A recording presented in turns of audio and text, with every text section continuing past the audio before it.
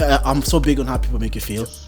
I used to get called like you're black like charcoal, you're this and that, you're this, and Ty will literally grab me so much if you call him that again. It just made me feel like I can't explain it. It's like someone loves me for who I am. And when you're young and you're insecure, it's hard. You start to believe what people are saying. Yeah. And for one person that's like your best friend to kind of stop it, you're like, oh right, this nigga sees me beyond. The other family's daughter said to my sister, almost like her mom said to her that, yo, I don't want you hanging around with them. Like, you're about like, yo, single parents kids don't do well. And obviously, my mom says that to my sister says that to my mom, and obviously my mom flips out because that's crazy. But like, that's what it was. It was like you get looked down at as if your mom's a single parent or something like that. Like they look down at divorce and shit like that.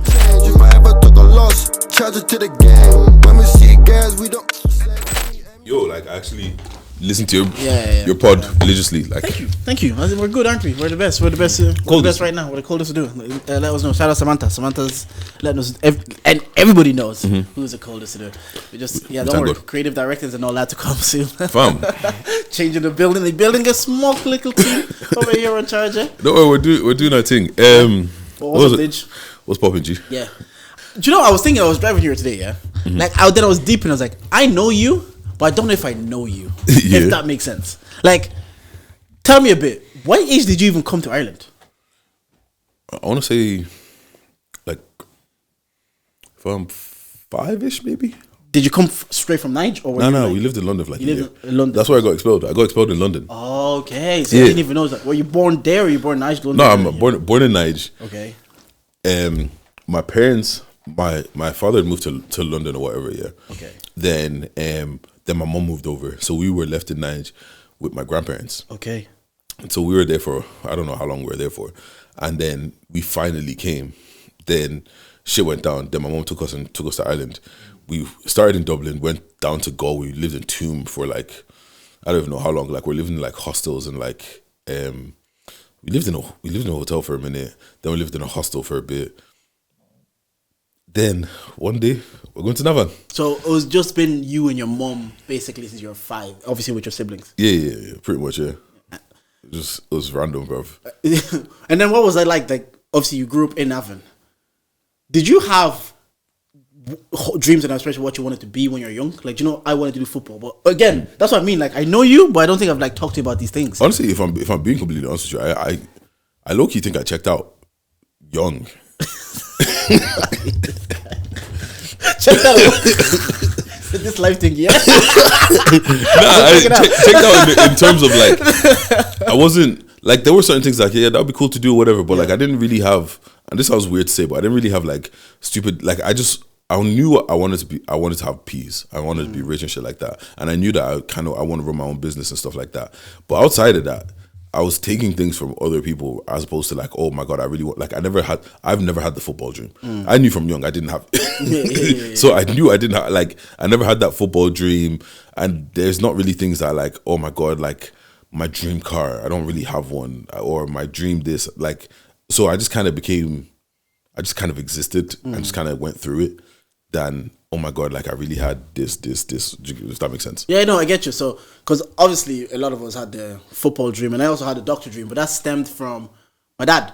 My dad watches football, he watches sports, it's like it's a sport maniac, and he was a doctor. So, and I'm in science, and that kind of where it comes from. Because then I was thinking driving here, I was like, I've actually never asked Dej what did he want to be when he was younger, what did he want to do? Oh, actually, there was 2 times. The first time when they asked me what I wanted to be, well, I was probably like 4 or 5. I wanted to be an ice cream man so I could get free ice cream for life. Yeah.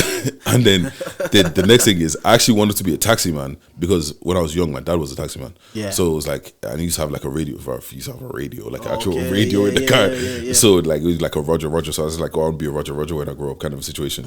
But apart from those are the only 2 things. Wait, when did you... Born in Congo. Then my dad was good friends with, I've talked about Chris. Maybe my hope after the night I go to Morris's wedding, I want to get Chris and Morris on the pod. That would slap. I'm gonna try. Morris probably won't do it, but I'm gonna try. That's the hope. So, and then my dad and Chris's dad were best friends in college. So then they joined the army because my dad told me the story that they weren't getting paid, and his his dad, my granddad, was like about to get evicted. So a quick way to make money was the army was recruiting. So he joined the army. That's crazy. Yeah, because he wanted to support his family, like his dad. And in that happening, there was a bit of unrest in Congo. So my dad and Chris's dad went to the Central African Republic, which is a different country. We followed them there with Chris, like me and Chris, the two families. We followed them there. We lived together for a while. It's mad, the concept of time. Being young, I thought I lived in that country for ages. In reality, I lived under 2 years. Like, it was 18 months. And in 2002, we came to Ireland, lived in a hostel in Drogheda, where I lived out, ironically. Then I went to Maynooth. Then I went to Cavan, then Maynooth, and then Balbriggan. And obviously, I didn't move out of Balbriggan until I got married. Oh, quick question, Did your dad get deployed, like? Yeah. Front line? Yeah. Straps on that? We used to have a gun in the gaff. I need to talk to your dad on this podcast. I've asked him to come. He said he's not going to do it. I've asked him before. He said he's not going to do it. So, Gas him. Tell him Fix wants him to do. Your grandson. So because of that unrest, and that's why I'm so close with them, because I lived with Chris's family in the same house and we shared beds, and then we came to Ireland together on the day. So that was the quick journey of how we kind of like got to Ireland. And from young, I knew, like, we've talked about it. Like, I had a dream to play football, but I didn't really after that, I didn't really have a dream to do anything much else. That's the only dream I have. So I guess I want to be, some days I'm thinking I would love to be in sports, but not in a corporate way, because a corporate job is a corporate job. The older you get, you understand. If I'm sitting at a desk working for Chelsea, I'm sitting at a desk working for Chelsea. Your job, it doesn't come with the flash of the first team shit that you see on TV. Exactly, yeah. So I think that's kind of the short story, bro. And with that, living in Ireland, Maynooth, Cavan, Balbriggan's where I would say I probably grew up. Would you say the same about Navan? No, Navan's where I grew up. How long have you been there now? Oh, I think we got to Navan. When we got to Navan, I started in second class. Sixth class was 2007, so if you count that back, 2000 Yeah, second class, yeah. I think I started in Ireland in third class. 3 or something like that. Yeah, 2002. I knew I came to Ireland in 2002 because it was straight after the last time Ireland played in the World Cup was 2002. And we came the week after that World Cup was over. So, what was that like? Like, what's called like? What am I even trying to say? Yeah, I wanted to ask you, what's the dynamic at home like? It's just you, it's your mom and 3 kids, and so essentially you and the siblings. Yeah. What was that like? In terms of what, like, I feel like we've gone through many different phases. In terms of like, obviously, coming here, it was weird at first because now me like having to spoke to my mom now, and understanding what age she was and all of that. I think she was like, I want to say 31 with 3 kids. 3 kids. I'm 31 this year. I'm still a boy. Did you get what I mean? 1 kid and I'm shook. 3 kids. One of them, because my brother was only like 1. Like he was still relatively fresh. Yeah. So like 3 kids, just going through a mad situation, and it was just like just watching her deal with that. So it was just kind of like being in the hostels and like I saw my mom cry a lot. Like it was weird. So like me and my sister would always, I think why me and my sister are so cool is because a lot of those times, like so GB he was still at you. Do you get what I'm saying? Yeah. So like a lot of it was me and my sister. Do you get what I'm saying? Me and my sister looking out for each other. So that's why me and my sister have always had like a super close relationship, because back then she used to take care of me, or like we just used to bop around. Like we were only like that story you told about thinking you're in town. It was just the 2 of you, and you had to find your way home. Yeah. Literally. So like we've just have enough of them situations. We never really thought about stuff like that. But yeah, like it, like you know what it is. You know when life is just normal to you, it's just normal. Yeah. Like but now you have the benefit of hindsight. Yeah. You're looking back and you're thinking like, wow, mom really must have gone through it, because to be here after a situation, you've left your husband at the time, you're in a new country, 3 kids, you don't know how the systems here work. You gotta get them into the system and get yourself in the system, you know? Yeah, like it was you know, just living, because I didn't realize that I lived in direct provisions until literally like until you heard the word direct provisions. Yeah, we were having a podcast on Zoom with somebody, and it was like, I think it was Ivana. Yeah, or something like that, and I was like, oh shit, this is what you man are talking about. I lived in that. Yeah. And it was just weird, like, because like you have your room obviously, and then there's a canteen. You go to the canteen, you come back to your room, kind of situation. You weren't really allowed to. You didn't have a stove or whatever, so my mom learned how to just cook everything in either a rice cooker or a kettle. So it was just like, bro, mom was doing like we're in jail, busting it up in the kettle. But like, I don't know. I can't explain to you how it was because it was just normal to me. Do you get what I'm saying? Life, yeah. And then you moved to Navan then after the diaper. That's why you said you grew up. How do you now make friends like say Moyo, Irene, and all them? For the most part of it, yeah. Like, the first my guy Toby, he was in because we had 2 second classes. So I was in one, he was in the other. So, and from that point on, obviously we're in the same year every year. When I get to secondary school, we end up in the same class as well. So we've just been, and then Toby's mom's like Toby's mom, genuinely, I love that woman. Like, she's like a second mom to me because, like, when my mom couldn't be at parent-teacher meetings and all of that, she was the one who'd go for me. Obviously, we're in the same class. It made sense as well. I always say, my mom would tell me I'm going to the house for 2 weeks. I'll end up there for 4. Or I'll go to their house for, not 4, but like, let's say I'm going there for 5 days. I'm 2 weeks later, I'm still here. She used to pick up my brother from school as well. So, like, we just became close then. Then Moyo lived right around the corner from me, and we were in the same school. So then one day, I can't remember what happened. I think maybe because my mom was doing hair, one day his mom came to our house and was maybe doing her hair. She brought Moyo and Moyo's little brother. Me and my brother were just there, and we lived right around the corner from each other, and we go to the same school. So it's kind of like we just started hanging out a lot more. And then for the most part, like my first time going swimming and shit like that and doing all these kind of things were Moyo's family. So it's just kind of like. And do you think we've lost that sense of like community that I guess they were forced into because your mom is here with 3 kids? Whoever can take like something's off her plate, please. Like if you can look after my Deji for a few hours while I can attend this parent teacher meeting. You've said on the pod your mom had to work 2 jobs at times. So do you think that maybe our generation, because we already have our people here, we won't have to like look for it as much? Do you think we're gonna miss that? Nah, I don't think we will, because like I thought that, but I think it's just because none of us had roots laid down.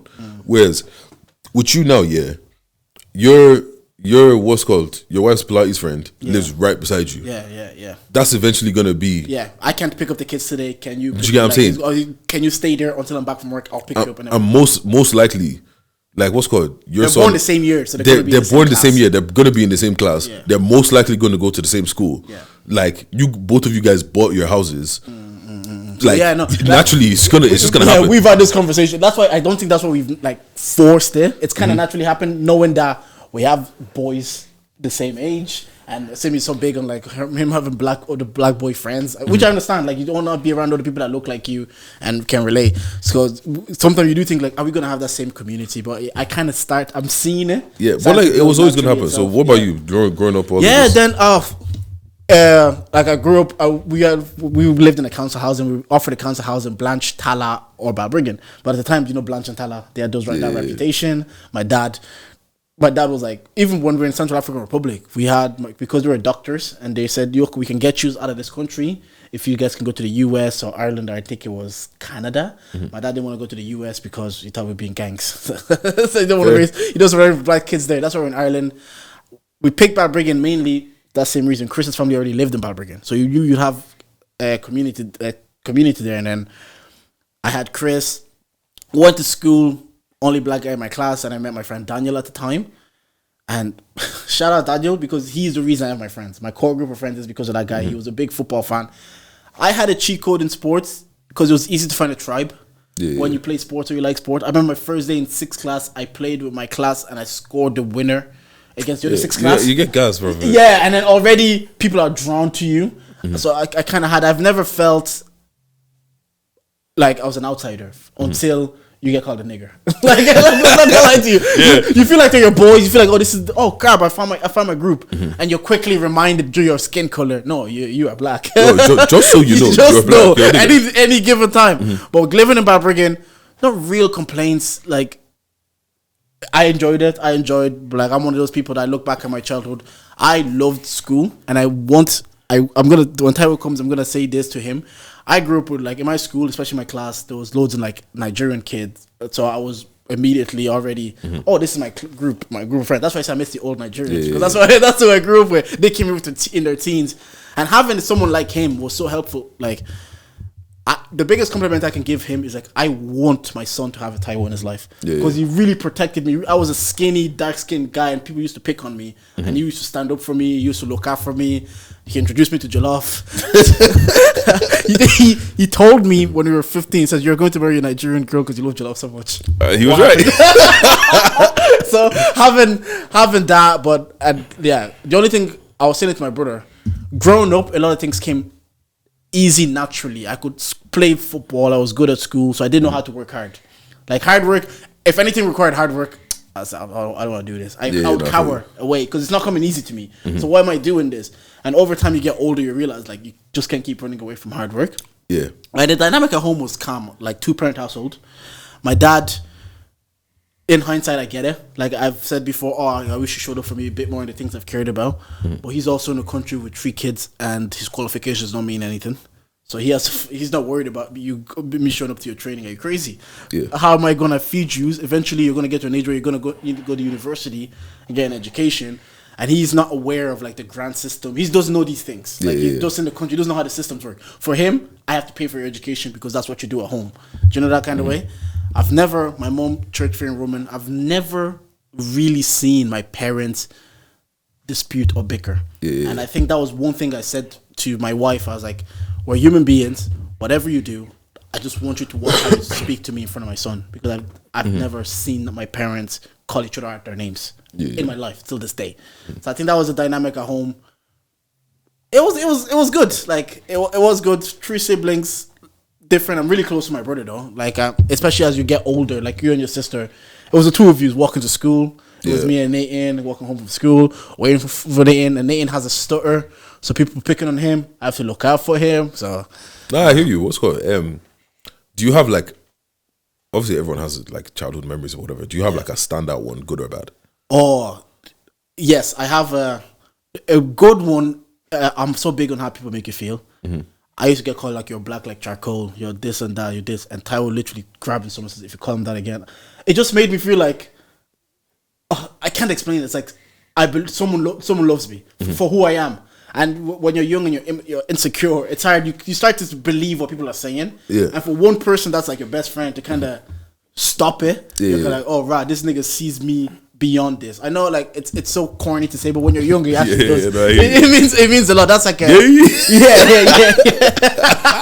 That's it. But a good one, a bad one, I think that was just like, yeah, that's mainly it. I remember. Do you remember Dan, your first girlfriend? Yeah, vividly, yeah. How did that come about? Like, how did you have your first... You're going to talk about your first girlfriend and maybe your first love. Let's get to know each other today, bitch. my first girlfriend, yeah. So, what's it called? What even happened? Like, my mom and her mom were friends, yeah. So, she'd always be around and she'd be in the house and shit like that, yeah. But she was an annoying little shit back then. Like, you know, it goes from the typical... I hate you, I don't like you. Oh, you know, you're kind of cute. You know? Hey Arnold, the cartoon. Yeah, so anyways, so what's it called? So she would be in the house, whatever, but she'd always hang around with my sister, kind of a situation. But she was just annoying back then. And like, I remember back then she got me in trouble as well. There was one time I was like teething like sweets or something like that, yeah. And like I had them in the back of my wardrobe. She walked in on me having some, and she's like, oh, give me some in it. So after a while, I gave her some. She goes into my mom's room, and they're like, where'd you get that? Did you give it to me, bro? That's like, you should have done like Jimmy. I can't trust you again. Do you get what I'm saying? You're breaking the trust in this relationship. Do you get what I'm saying? But like, yeah. So then it keeps going on. We're getting older now. You know, she's looking at you like, yo, you're kind of cute, you know. Do you know what she was like that? What's the cool? Okay. Yeah. You know what? Like I will say, I feel like maybe I don't know if it's growing up in Navan or whatever, but I think because we had such a small community, a lot of us are still really cool. Oh, yeah, and that's why I feel like I have, like I always say, I have the blessings of like most of the people that I've met when I was younger, like most of my friendships, like my real friendships, bro, 15, 16, 17 years. But bro, I'll tell you, I met my boy Pop, Toby in second class. Moyo I've known since probably second class as well. My boy Steve that I was telling that I told you I did the event for, bro, I think I've known him single digits, like all these people kind of situation. But yeah, so I'm still young at this point, yeah. And like, I'm still shy and like not really, I don't know what, like this is my not my first situation with a girl, but like minus the when you're kids doing mommy and daddy all that kind of shit. This is my first like, yo, I like you. Like, what am I gonna do anyways? So I have a couple moments. Then we moved to, funnily enough, the house that we're in now. She lives 10 doors down. Oh, mad. She lives right there, kind of a situation. So it goes back and forth, whatever. Chat to my sister about it, and like my sister had what even happened. Anyway, I just asked her to be my girlfriend anyways, yeah. Because I can't fully remember exactly what happened. I asked her to be my girlfriend, yeah. But you know when you're young, because I was like 12. You know when you're young and you don't know what the fuck that actually means. So then I started getting shy and I just didn't chat to her. What do I do with these things? what do I do? And it's like 4 days or 5 days a week or whatever. But the thing is, it's not like I didn't care or whatever. Yeah. So, but then my sister had a little boyfriend at the time, innit? And he'd written her a letter. I say, yeah, swear. Fam, there was like 2 bars in it that were cold. I took that shit. All right, Drake. It doesn't write his own songs. It doesn't write anything. 2 bars that was cold. Wrote it down. Folded it. Went to her house. Because the people coming through. Went to her house, whatever. Slid it to her. Went home. This was risky text. Turn the phone. That's the original risky text. That was my original risky text. Bro, her letter, whatever. She told me she still has it, funnily enough. Oh man. She doesn't know where it is, but it's still yeah. But anyways, then after that, things just started flying, innit? Yeah. Like what's called, be chatting on the phone, because her mom owned the shop as well. So we'll be chatting on the phone for time, and like, cause I could see her house from my house, from my mom's room in her house. So I'd go to, cause this is before we had like our cells in it. So go to my mom's room. Mom's not home. Chatting on the phone for time. You know when you're on the bed, just legs, feet up, just blah blah blah. I want to have 2 babies. The boy first, so you can take the girl. You know exactly how it goes. Back for work. And then mom's home. And go. Oh man, my mom cut me on the phone till like 3 a.m. one day, talking to a girl. I was like, would you like it if your guy was talking to your sister till 3 a.m.? I don't care. What you mean? But yeah, that was the story of back my first girlfriend, man. Yeah, no, mine was, I think it was around sixth class. One mixed race girl. Shout out her, yeah, or 6th class, same thing. She was kind of like, let's just say, at some stage, everybody in the class was her boyfriend. So it was just my turn. It was just my turn to be a boyfriend. And I remember, like, she said, oh, she fancies you. And this was back then when, like, when someone fancies you, you kind of feel like, I have to fancy them back because they fancy me. I don't want to hurt their feelings. Not that she was a good-looking girl, like, and that was it. But my first proper one, I'd say, was secondary school, where I was kind of like, when you're going on walks around town, you're trying to find corners. And one summer, like, I remember saying that, like, oh, we used to be good friends. We always sit beside each other in class, and someone saying, like, oh, she's feeling you. She's feeling the vibes. And then one summer, I sat, she just disappeared for the summer. I couldn't locate her. Like, she just wouldn't answer her phone. And you know what's funny is, we have to go to school in September. So it came to May. We're all throughout the school year. We'd walk back home from school together. On a Friday, we'll take the long way home. And it just got to, like, May. I just couldn't locate her. And after a while, I was like, I guess we're broken up. Charge it. And then I started going out with the one that made me eat breakfast. Yeah. After that. And I came back to school and she was like, oh, we never broke up though. I was like, what? Yeah, we did. Did you disappear? Why didn't you hear on Bebo or something? Or MSN? I did. Bebo, MSN, knock at the door. Exercise every option. And did she ever give you a reason for where she just went to? No, I tried to ask her. She said she's like, she didn't want to talk about it. Funny enough, like, obviously we still she had a boyfriend over the summer, bro. we still have our socials. And on LinkedIn, she was like, when can I come visit your kid? I was like, what are you talking about? Those people kill me. It's like, brother, we've not talked in like 10 years. I've not seen you in like 6. Why do you think you can just come and visit my kid? Bro, you're a stranger. Literally. Why do you think I just and of all people, my ex. My first one. But no, shout out her though. She was a cool person. And then I remember she secretly went out with one of my boys, but she didn't tell me. He didn't tell me. I think I've said this before. He didn't tell anybody. He didn't tell the boys. And then we're at one of those house parties, walking her home, found corner, started lipsing or whatever. Then the next day she called me outside again. I thought we're about to run it back. You know, like, yeah, this can't. She's like, oh yeah, but I have a boyfriend. I was like, rah. It's like it's your boy. After God, yeah, women. But that was the first. Yeah, that was shout out her. And then do you remember the first time you fell in love? And do you think you know what it was like for you to say this is love?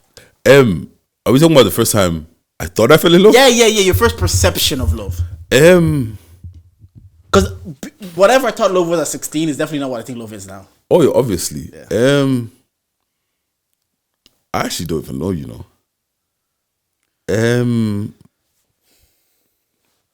Like, I'd say, you know what? When I was 12, 13 with my first girl, like I thought, yo, I love you, bro. I don't think we ever said it to each other. Yeah. Because then later on, because obviously we still knew each other. Like we still, you know what it was, yeah. It was one of them situations where we had our childhood, we had our thing when we were kids, or whatever, and then we had different moments again when we're like 15 and then maybe like 18. Okay. Do you get what I'm saying? So yeah, I'd probably say that, but like. Yeah, no, I think it's so weird looking back because you say what love is because you're so much older. It's like, like I thought that's what love was. Like I thought the girl when I was out here, when they said you were a junkie, weren't you? Like you think that's what love was, and sometimes I hate saying it wasn't and downplaying it because it was what I thought it was. It wasn't in that moment. That's in what that moment. That's what I thought it was. But yeah, everybody knows. Yeah, but the thing is it downplaying it if like, all right, let's say the one that made you chow breakfast, yeah. Like at the moment, that was the deepest thing you've ever felt. Yeah, like you thought you would hit like I hit the belly, Yeah. and then now it's like, rah. When I look back at it, how I feel about this one, if this is what I call love, that couldn't have been love. That's it. That's a good point because it's like what I feel in my house now every day with my wife is like, no, love is just more than just the feeling you're feeling. And it's like we're bad days, good days. Everybody heard that story, going through that life with someone and seeing the other side and still finding happiness. You're like, rah, this is love. What you like when you're angry? Like, you know when you're angry, right? And you're dealing with your wife, yeah. And like everybody, you know, the person you love the most can piss you off the most as well, yeah. And like, because what I find weird is, right, somebody that gets angry and somebody that they supposedly say they love. It's like when you're angry, you just don't love that person anymore, which doesn't make sense to me. No. Because like, even if I'm angry at you, yeah, if you're my babes, yeah, even if I'm angry at you and you need something, I will do it vexed with a face on. I'm pissed, but I'm still do it. Have you not driven in a car in silence because you've already made a commitment that this is what we're gonna do? Do you get what I'm saying? I've told you Friday night we're going out, Saturday night we're going out. I'm still gonna get ready. Like I will stand on my word regardless how I feel. Or this podcast probably there's no need to do this podcast. If this podcast was based like as small as this is, if this is based on how I feel in the day, I'm not coming. Oh, there's bedtimes. So I'm not that type. If I told you this is what I'm gonna do for you, regardless how I feel, anybody, even you, like if I said, Dej, this is what I'm gonna do, regardless how I feel that day or that moment, I said, nah, I've told Dej I'm gonna do this, I'm gonna do it. So I'm not the type that like, if I'm angry at you, I might be angry, I might have got frustrated, my voice might have gotten a bit too loud, I might have acted out of character, or I've said things that I probably like, fuck, I shouldn't have said that. Granted. But if it comes to showing up for you and being there for you, or when you need something and you call my name on it, every single time, if I can, I will. Every single time, without a doubt, yeah. What are you like? No, I feel like I'm the same. Like, yeah. Well, have you met people that like because of you kind of have to wait on how they feel to get them to do a certain action? Like, for example, you're watching Sopranos now. Where you are is we're gonna talk about this fully when you're done, by the way. Where you are is Carmela who's dating the teacher. Yeah. And he feels like you have to be in a good mood for me to have sex with you. So she's not gonna give him that regardless of how she feels. She has to feel a certain way for him to get that. Have you ever met people like that?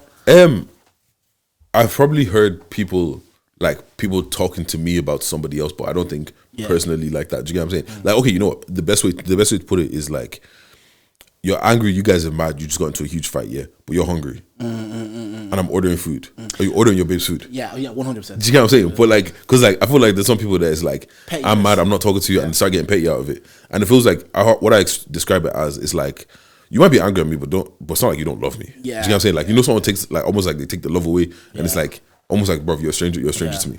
And because if like I've seen your mom or whatever, no matter how annoyed she is at you, if she has a commitment for you, if she has to give you that 20 euros for your lunch, she's pissed off at you, she'll still do it. Because love isn't just an emotion, it's what you learn what you get older. It's also the commitment to your words and your actions, true, like regardless of how you feel in that moment. Because that moment will pass, and if you order that Chinese and you order for Now you have to hear about how selfish you were. That's it. That you didn't do that. So I think that's another thing I've learned is like, regardless how people around me have felt, once they've given me their word to do something, most times they've pulled through and they've done it. What's called in the spirit of getting to know each other? Yeah. What's called like what's a hardship that you faced when like when you were young? Like when I was young, a lot of things came naturally. Even school up to the junior cert, I got like 3 A's, 4 B's. Like a lot of football came easy. The hardest thing I then felt being an African, especially the firstborn, is setting an example and getting into college, for example, because I repeated the leaving cert first, and then I went to the PLC, and then I finally got in. So watching your friends progress in life, and while you feel like you're not gonna make it or you're not as smart as everybody, that insecurity really played on me. It's like, raw, I'm watching Ayub's in DCU, my friend Bashir's in Trinity, more studying law, Chris is in DCU. You feel like a failure. You like, this is the first bit of adversity I've had to go through, because everything else up to this point came relatively easy. I've never had to be like, your back's against the wall, you're just not gonna show up and do well. You actually have to put work in, and putting work in, you learn that it's not guaranteed.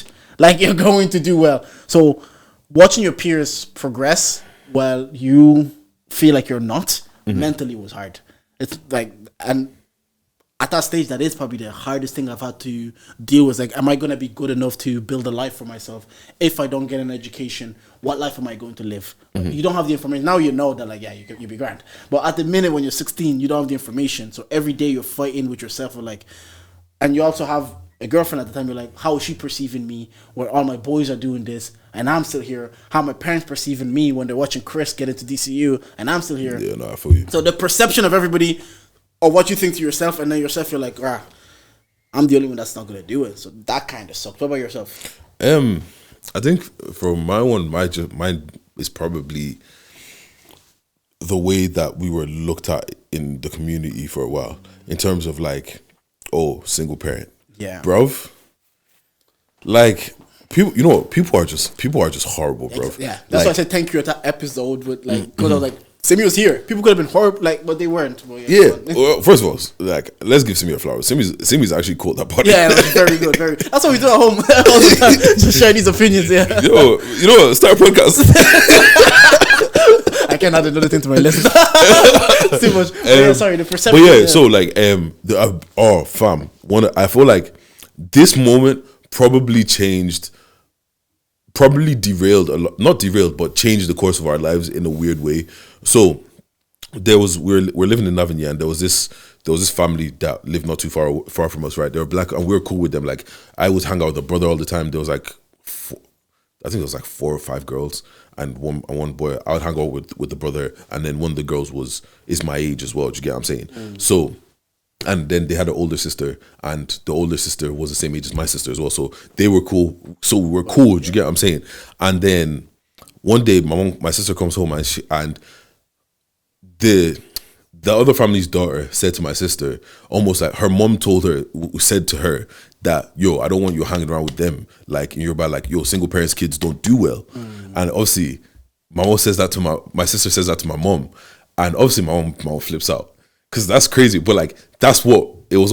It was like you get looked down at as if your mom's a single parent or something like that. Like, they look down at divorce and shit like that. And I think, because I've kind of spoken to my mom about it, I think that was the moment where she's like, oh, I swear, innit? Cool. And she started putting all of her energy into us. Do you get what I'm saying? But like, within the community, like, there was rumors being spread that, oh, this is happening and this is happening, and like, niggas, and do you get what I'm saying? Like, just a lot of like, that's a heavy, especially being young, and you just hear this way, especially when you know it's not true, and you just Fam. keep hearing it. But it's like, then you start thinking like, oh, why do these people not like us? What do they have against us? Like, what's going on here? You know what it was, yeah? Like, and it's like, bro, when I think about some of the things that have circled back, yeah, like, there was one time apparently people were saying that my mom was bringing home men for my sister to sleep with, and I'm just like, in your head, like, actually think about what you're saying. Do you know how fucked that is? Yeah. Do you get what I'm saying? But like, it was just how Charlemagne says that, like, nobody cares about the truth when the lie is just more entertaining. Do you get what I mean? This one, they can run this agenda and this narrative, and I'm not a fear for agenda, but when it affects people's livelihoods and people's and you like, all for what? Do you get what I mean? All for what, you know? Look, for a bit, just in it, but like, yeah. So in them situations, yeah, it was just then like, And then now, I didn't realize it when I was at that age, but I think I realize it now more that I'm older. Like, you know when people say like, you know what it is, yeah? You know when people are being abused and shit like that, right? And it's like someone's telling you you're stupid every day, from the outside, people are like, yeah, but obviously you're clearly not dumb.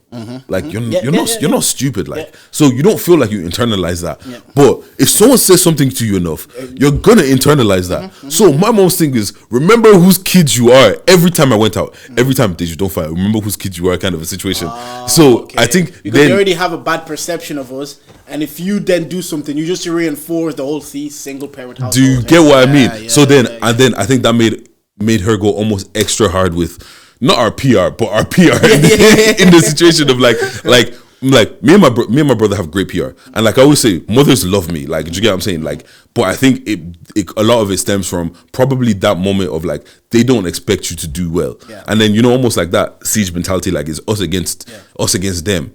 So I feel like that's probably one of the standout moments from my childhood of like, and it is a statistic in America that single, like even colleges, when they look at people they want to pick for their college or recruit or that's going to come there, it's income and family dynamic. Like, what kind of background are you coming from? But it's going to just then create the perception based on like, a lot of people just because they want to feel better about themselves. You have to understand, some people are probably they're in shit marriages. Their husband cheats on them, but they just want to feel like they're better because at least my husband is around. Like, at the same time, it's like, yeah, but this guy is texting your kid's friends. No, but you know what? The reason why I hear it from them is because for a lot of these older generation, like women and stuff like that, marriage is the pinnacle. Like you almost don't get respected. Like, is the reason why I asked me the question of like, yo, now that you're married with a kid, do you get different respect from them? Because it's like, have you noticed when, maybe you haven't seen it as much, but like when a lot of the older aunties are beefing, the first thing they draw for is, where's your husband? It's always the first insult they draw for. Do you get what I'm saying? So it's kind of like, so what you're saying is, target. Men are the prize. This is why we can have a serious conversation on judging. In that community, it is, because even again, I was listening to the lads and they were talking about that dress like your prayer thing, and the conversation went back to like dressing in, people going in a wedding dress, because in certain communities you won't be acknowledged for your achievements as a woman, regardless of what they are, until there's a husband beside you. So for me now to be acknowledged as like a person rather than like than a PhD, you're probably better off being a housewife with a husband than having a PhD and being the CEO of a company. As long, in certain communities, as once again, you have a husband, you're listing a bunch of things I don't care about. Yeah, like, did you have like any moments in your childhood that you were like, wow, that was a cool moment or perception thing? You know what? I will say I don't really remember a lot of my childhood, to be fair. Like, there's just a lot of it that I just kind of, it's not there. Like I told you, I checked out early, bro. Do you remember, obviously, then do you remember your sister getting married? Yeah. Like what was that like? Because obviously you're close with her now. Did she move out beforehand, or was that when she moved out? My sister getting married. It was, I wasn't even living at home at the time. She was in, I think what happened was, sorry, I'm getting my timelines mixed up. All I know is, right, I was living in Dublin and I was living in my aunt's house during the summer because I was working. So I was making, this was the first time in my life I was making some decent money. You get what I'm saying? Like, this is the first time I went into a shop. You know, the first day that money lands in your account and you're looking around like, I could actually buy anything in this. I won't be able to live on anything else, but I could buy everything in this place if I wanted to. But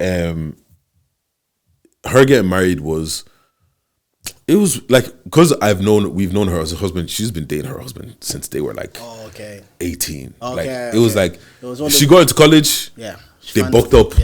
And it's been that since, kind of a situation. So like, I've always known him. He's always been around. I remember the first time he came to the house. It was. Was he nervous? Yeah. You have to be nervous. But it was cool. But you know that awkward moment, you're trying to bust convo with me, I'm trying to bust convo with you. Like me, man. You get what I mean? Like, I always say about my sister Katie, because like, I love watching her live her life because she's so young. She said she doesn't tell, like, every time she tells people she has older brothers that, like, obviously she's 15, they said it scares boys away because they think we'll beat them up. Facts. And I said, I replied, good. I got the shit, but you get what I mean? No, but yeah, but like to be honest, the older brother thing is sometimes you look at that older brother is a bit too dangerous.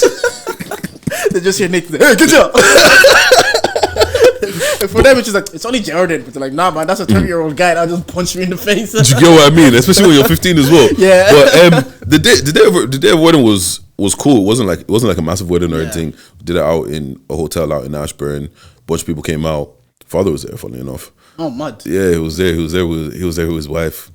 I will say there was a moment where he brought one of his friends or something like that, and we were sitting. It was like the day after the wedding, and we were sitting around and we were chatting. So it was me, I think me and my sister, my brother, my father, his friend or whatever. You know, just those chats you have after, and like, you know, when him and his boy are gisting. Yeah. I was like, bro, is this what this feels like? Like, it's like, bro, so this is what this family thing feels like. Brother walked my sister down the aisle actually. Oh, GB? Yeah. Oh, mad. Yeah, it was cool. Like it didn't. Did she not want it to be your dad because he was there? Yeah. So what did you really do? Oh, it's me because you can't have a serious conversation with church. It's my fault. But yeah, no, it was a cool vibe. Like, saw everybody. Like, Simi was there. Yeah, no, she tells me. Simi was there. Like, it was cool. Like, it was just. Yeah. I don't think it was like a. Yeah, and now that obviously that we've gone through the childhood part of it, you've gone through uni. Do you have now dreams and aspiration of what you want anymore? Do you still dream? I don't think so. You know, like I'm just hearing it. Like low key, and it sounds so bad and it sounds so dead. But like, yeah, for the most part, like it's weird because like on one level, I am very ambitious and like there is a lot of things I want to do, but it's not like I have a dream car or a dream thing that I want to do, like, or a dream like job or anything like that. Like I would say, maybe my dream is I want to just be paid for being me. Like I'm increasingly getting sick of working for somebody else. Yeah. Like, you know when it's gotten to a point where it's like you start hitting my stubbornness. Like now. Now you're making me because if you want to focus on that and if you want to go there, I can be a prick. And if I decide to not give a fuck, but at the end of the day, the only person that's hurting is me. Yeah. Do you get what I'm saying? Well, at the same time, like don't like I think Travis and Nelson were on GTG and there's like saying the thing is all men have ego. It's just think about being aware of that ego because you're aware now. Like if I bring out this side of me and I start getting egotistical and so you me versus you, I can do this because I can do this because like you know what is when it gets to a point where I don't give a fuck anymore. Yeah. And the thing is, you're at work. You kind of have to be politically correct. You're not going to come and fire me, and I know all of the steps that's going to take you to fire me. Do you get what I'm saying? Like it's just I'm tired of the game. I just want it to be about the work, and I don't want to have to. Yeah, with that I hear there is work politics that we have to adhere to. That like it's like why is this necessary? Like if I'm not coming out for drinks or the Christmas party, it shouldn't be like I shouldn't hear passive aggressive comments of why I'm never out. Like you're saying it in joking, but why are you saying this? My work is good. The thing is, even that I'm not too bothered about. Like. That I think with that, no matter what game you play or what industry you're in, you're going to have to deal with that. Yeah, it's good. My thing is more, I get the work done from home. Why do I need to be here? Do you get what I'm saying? Like, that comes a part of they want you to feel a part of. Yeah, fuck off. I don't disagree. I don't do any work for the first hour, but if I show up 5 minutes late, 10 minutes late, you're looking at me weirdly. Yeah. Do you get what I'm saying? I don't do anything for the last hour, but if I leave an hour early, now it's like, why is he leaving? Not even an hour early, 20 minutes. Yeah. Now you're looking at me. Do you get what I'm saying? I'm not going to start you working with 20 minutes ago. And you know another thing is like, I woke up this morning and I was staring at my ceiling, and I watched that time go by of the time that I was supposed to get out of bed, and I couldn't be bothered. And it's not that I don't want to come to work today. I don't want to do the work. I'll gladly get up and do the work. I just don't want to come to the office today. But I'm not allowed to do that because of what? Because of what? Like really, because like if it was you need me in the office and I hear it. I will be there. Whatever needs to be done to get this work done. But you're telling me you're not even in the office and you want me here. That's the thing. I was like, I just plan your work. All right. Plan for me not to be here. Do you know what I mean? Like so, it's stuff like that, I guess. But I think that obviously then. Instead of done like dreams, you said not really. What about long run, like starting a family? Is that something you aspire to do? Like, once again, like I've always said, I do genuinely think the concept of marriage is cold.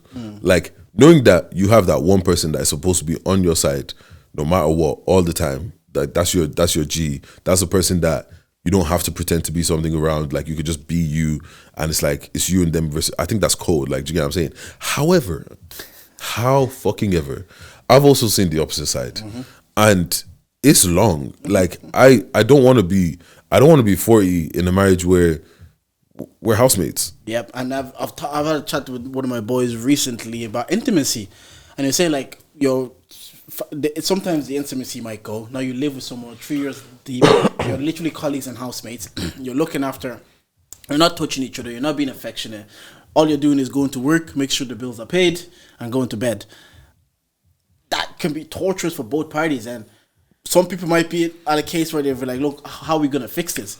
But what if you've tried and there is no like bringing back that intimacy that once existed 10 years ago? What do you do? Yeah, like, I think it's just one of those things where you've just got to be intentional from the jump. Yeah. Do you get what I'm saying? And the thing is, even sometimes, the thing that even scares me as well is that the other person doesn't have to be a horrible person for this to fuck your life. Yeah. Do you know what I mean? Like, you could be a great person, I could be a great person, but we just have two different ways of lives of thinking and this living. Just doesn't work. And it worked 5 years ago when this is where we were. 5 years later, we're at different places.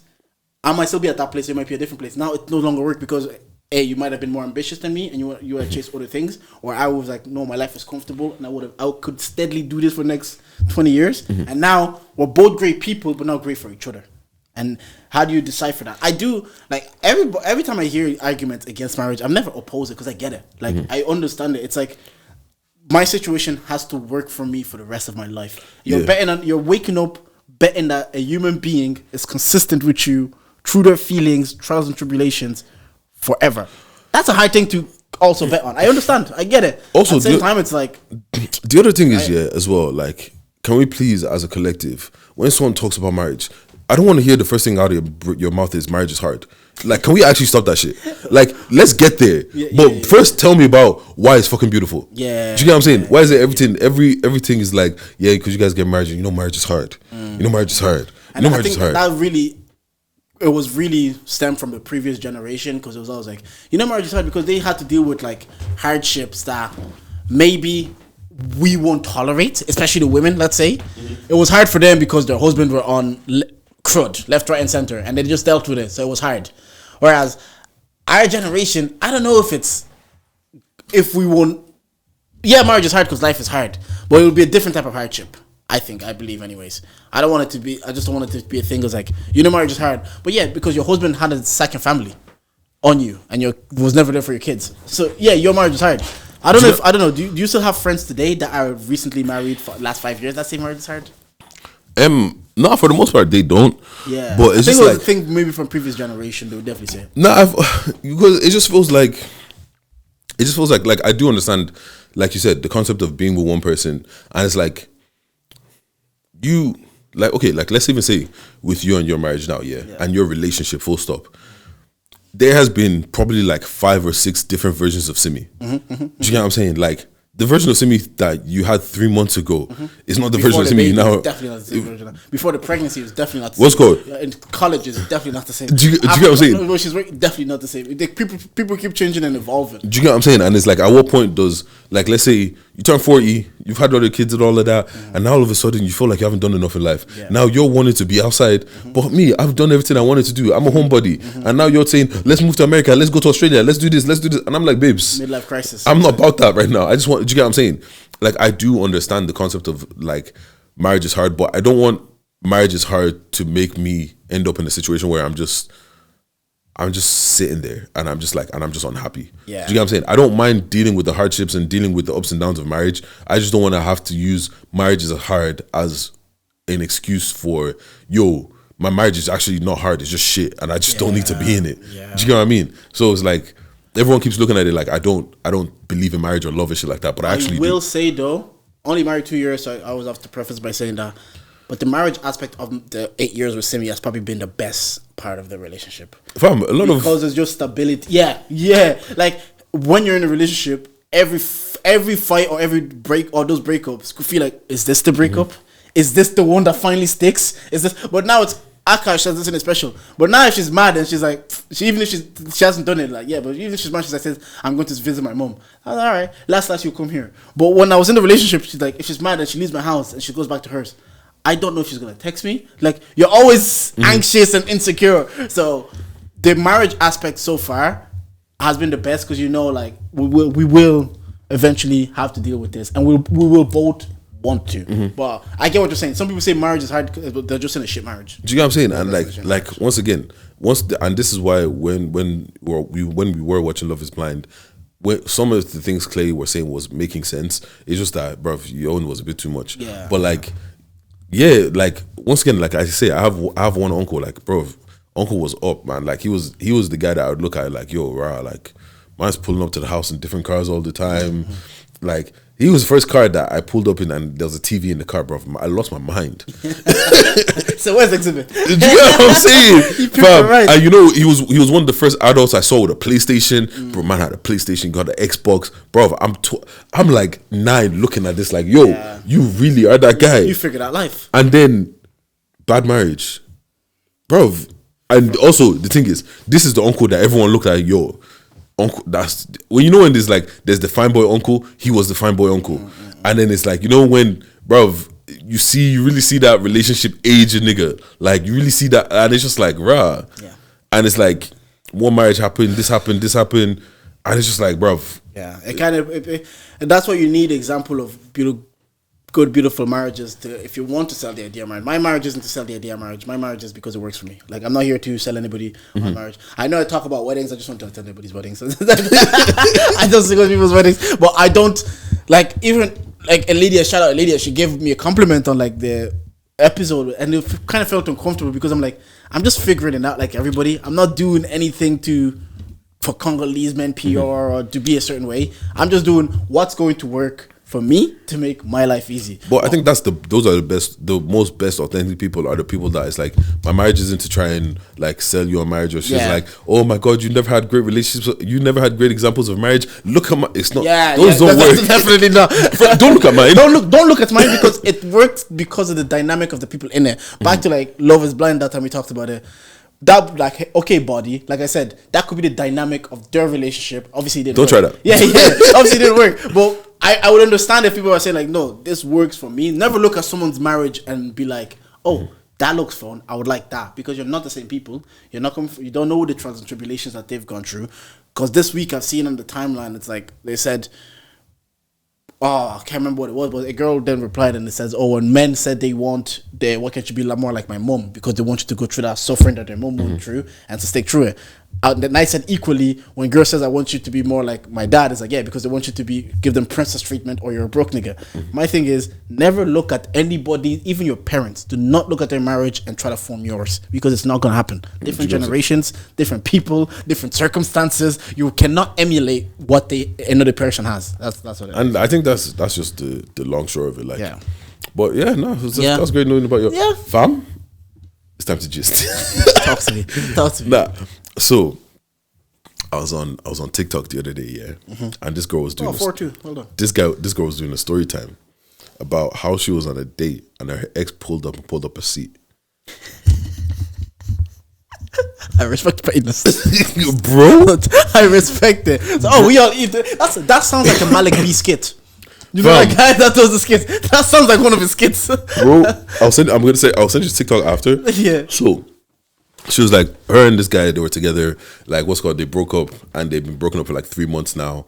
Like, she's like, she was never afraid of him or anything like that. Like, he's upset about the breakup, but he'll get over it. So now she's seeing a new guy, whatever. The guy's like, oh, let me take you out, let's go out, whatever. So she's like, yeah, cool. She goes on the days, looks nice, gets her little dress, goes to the restaurant. Now they're in conversation, like date's going well.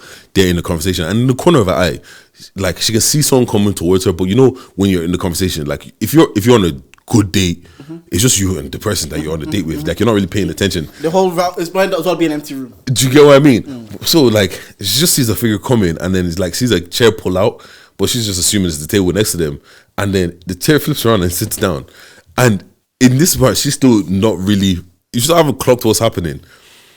And then she looks over and she sees her ex. She says her heart just drops. Like, she's just shocked. She doesn't know what to say. How And would then, you do that though? bruv.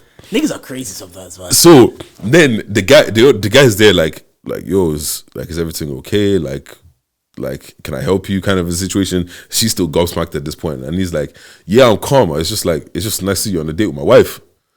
Wife, not even ex-wife. Wait.